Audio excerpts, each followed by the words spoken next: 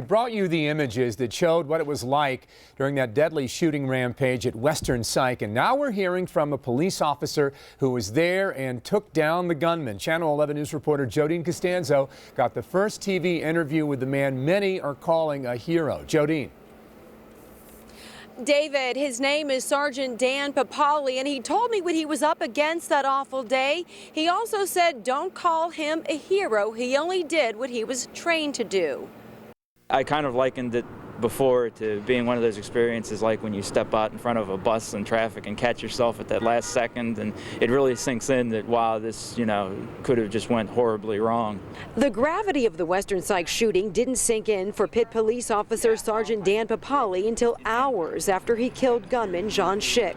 Soon after the 6-year veteran arrived for his shift that day, the 911 call came in that there was gunfire in the hospital lobby. Papale grabbed a rifle and was among the first group of officers to go inside. When we entered the lobby, there was a significant amount of smoke, blood on the floor, a lot of chaos. Papale first went down a hallway and then saw Schick back in the lobby as Schick took cover behind 2 victims, including Michael Schaub.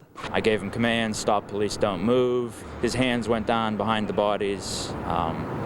They came back up with a handgun in his hand. He fired at us. I returned fire, striking and killing Mr. Schick.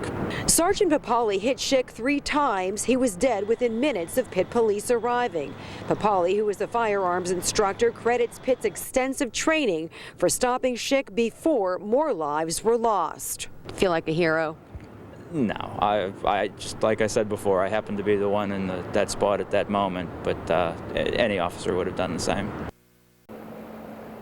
And I talked to Pitt Police Chief Tim Delaney today. He told me he is proud of all of his officers. They train for something like this, and they certainly passed that test that horrible day. Live in Oakland, Jodine Costanzo, Channel 11 News.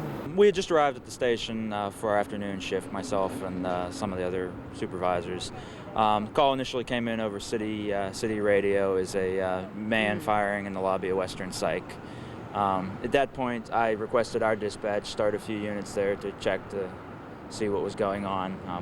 As soon as I had done so, our dispatch advised that they were now receiving hang-up calls from the lobby of Western Psychiatric.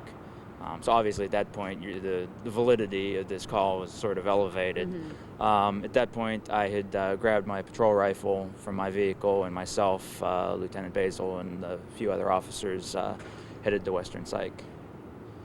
And you get there, you run into the lobby, you're among the first group to Correct. go in? Yeah, I was among the first group of officers to go in. When we entered the lobby, there was a significant amount of smoke, blood on the floor, a lot of chaos, yelling. At that point, we were directed down a hallway where someone had believed the shooter had last been seen. We traveled down that west hallway of the building. As we were doing so, a second group of officers entered the lobby. It's my understanding at that point Schick had emerged from a back hallway and began firing on them. They exchanged gunfire with Schick, which forced him into a hallway which intersects both the hallway we were traveling in and the hallway that they were in. At that point we encountered Schick as he was behind the body of Mr. Schaub and a second injured party. I gave him commands, stop, police, don't move. At that point, he took a kneeling position behind the 2 victims. To me, I interpreted as he was using them for cover. His hands went down behind the bodies.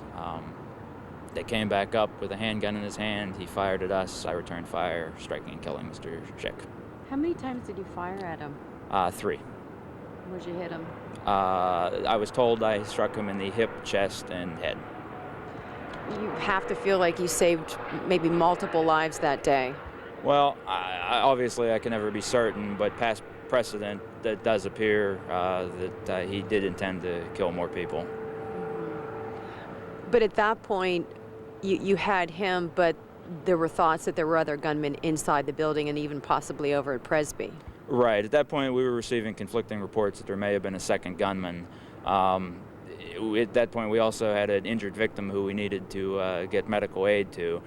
So even after the initial gunfire, we continued to clear the first floor of the structure to make it safe enough to get medics to treat the injured parties. How soon after you guys, the first group, entered the building, did you take him down? Was it relatively soon? Yes. I mean, obviously in the situation, it felt like it was, a split second, but yeah, it was fairly quickly from the time we entered to the time we engaged him. A few minutes, maybe? Probably less than that. Your chief was saying that the training that you guys go through it was paramount that day, that you knew exactly what to do. He's very proud of you guys. I think that's absolutely the case. As an active shooter instructor, I happened to be the officer who was in that spot at that time and ended up being the one who engaged Mr. Schick, but I truly believe all of our officers would have done the exact same thing in that spot. I was very comfortable entering the building with all of them. What was going through your mind at that time when you walked into the situation? You said there was, smoke from the gunfire, blood all over the floor. In that situation, there's obviously so much going on. Really, you truly do default to your training, which at that point is I have to find the threat, and I have to engage him and stop him from killing other unarmed people. Feel like a hero? No, I just, like I said before, I happened to be the one in that spot at that moment, but any officer would have done the same.